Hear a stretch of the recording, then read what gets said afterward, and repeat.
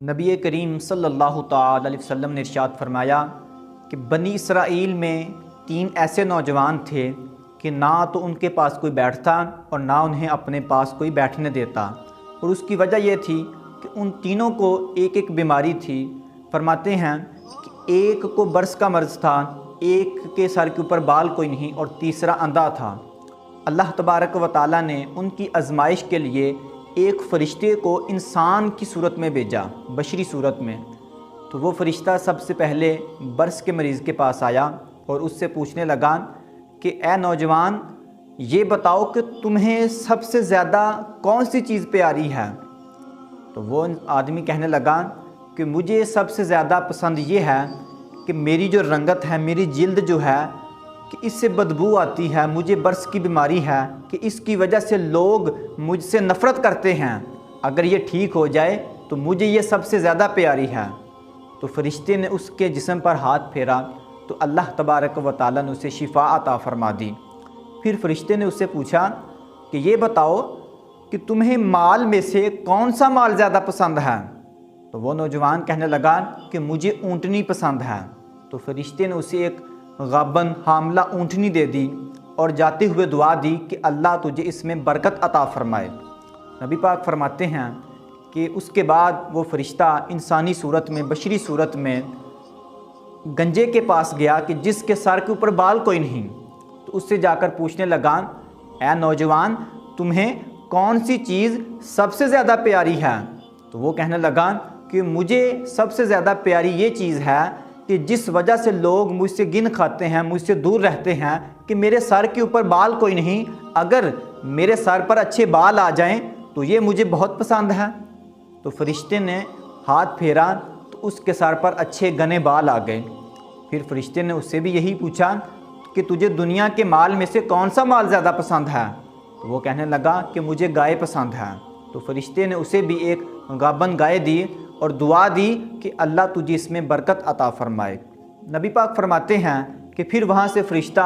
اندھے کے پاس آیا اور اس سے کہنے لگا کہ اے نوجوان، تجھے کون سی چیز سب سے زیادہ محبوب ہے، پیاری ہے؟ تو وہ آدمی کہنے لگا کہ مجھے سب سے زیادہ پیاری یہ چیز ہے کہ اللہ مجھے آنکھیں عطا فرما دے کہ جس سے میں دنیا والوں کو دیکھ سکوں۔ تو فرشتے نے ہاتھ پھیرا، اللہ نے اس کی آنکھیں روشن فرما دیں۔ تو اب آقا علیہ الصلوۃ والسلام ارشاد فرماتے ہیں کہ پھر فرشتے نے اس سے بھی یہی سوال کیا کہ تجھے مال میں سے کون سا مال زیادہ پسند ہے؟ تو اس نے کہا مجھے بکریاں بہت پسند ہیں۔ تو نبی پاک فرماتے ہیں کہ فرشتے نے اسے ایک گابن بکری دی اور دعا دی کہ اللہ تجھے اس میں برکت عطا کرے۔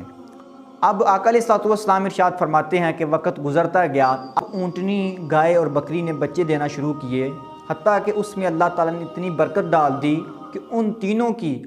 اونٹنی، گائے اور بکریوں کی ایک ایک وادی بن گئی۔ اب اللہ تبارک و تعالیٰ نے پھر اس فرشتے کو بھیجا بشری صورت میں۔ اب وہ فرشتہ کیسے آیا کہ سب سے پہلے وہ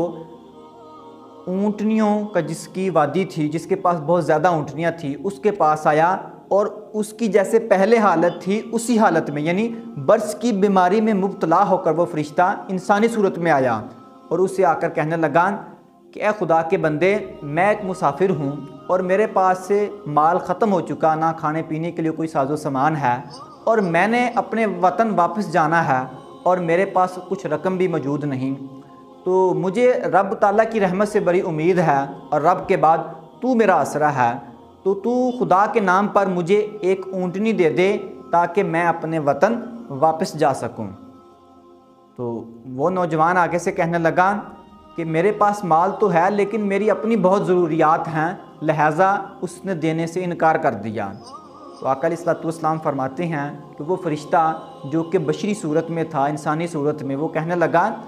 کہ مجھے ایسے لگتا ہے کہ میں تمہیں جانتا ہوں، کیا تم وہی نہیں جس بیماری میں میں اب مبتلا ہوں؟ تو بھی کبھی اسی بیماری میں مبتلا ہوا کرتا تھا، تو اللہ نے پھر تجھے شفا دی اور تجھے اتنا سارا مال عطا فرمایا۔ تو وہ نوجوان کہنے لگا کہ نہیں، یہ مال تو مجھے نسل در نسل ملتا چلا آ رہا ہے، پہلے میرے دادے کے پاس تھا، پھر میرے باپ کو ملا، میرے باپ سے مجھ کو ملا، تو یہ تو ہمارے پاس نسل در نسل ہے، اور میری رنگت تو بچپن سے ہی ٹھیک تھی۔ فرشتے نے کہا کہ اگر تو اپنی بات میں جھوٹا ہے تو اللہ تیری ویسی ہی حالت کر دے کہ جیسے تیری حالت پہلے تھی۔ نبی پاک فرماتے ہیں کہ اس کے بعد وہ فرشتہ گنجے کے پاس آیا اور اس سے آ کر بھی کہنے لگا کہ میں ایک مسافر ہوں اور میرے پاس سے کھانے پینے کا ساز و سامان ختم ہو چکا اور اب میں نے اپنے وطن واپس جانا ہے اور میرے پاس کچھ رقم موجود نہیں، تو لہٰذا میں تمہیں رب کا واسطہ دیتا ہوں کہ خدا کے نام پر مجھے ایک گائے دے دو تاکہ میں اپنے وطن واپس جا سکوں۔ اس نے بھی آگے سے انکار کر دیا اور کہا کہ میری تو اپنی بہت ضروریات ہیں، میں تمہیں کچھ نہیں دے سکتا۔ نبی پاک فرماتے ہیں کہ فرشتے نے اس سے بھی یہی کہا کہ مجھے ایسے لگتا ہے کہ میں تمہیں جانتا ہوں، جیسے اب میرے بال نہیں سر پر، تم بھی کسی وقت میں اسی حالت میں ہوا کرتے تھے اور تمہارے پاس تو مال و دولت تھا ہی نہیں، تم تو غریب مسکین تھے، پھر رب نے تم پر اتنا کرم کیا کہ اللہ تبارک و تعالیٰ نے تمہیں گنے بال عطا فرمائے، اتنا زیادہ مال عطا فرمایا، تو خدا کے نام پر مجھے ایک گائے دے دو۔ تو اس نے کہا کہ میرے پاس تو نسل در نسل یہ مال آ رہا ہے اور میرے سر کے اوپر بال تو ہمیشہ سے ہیں، ایسا نہیں ہے کہ میں کبھی گنجا ہوا کرتا تھا۔ تو فرشتے نے اس سے بھی یہی کہا کہ اگر تو اپنی بات میں جھوٹا ہے تو خدا تعالیٰ تجھے ویسا ہی کر دے کہ جیسا تو پہلے تھا۔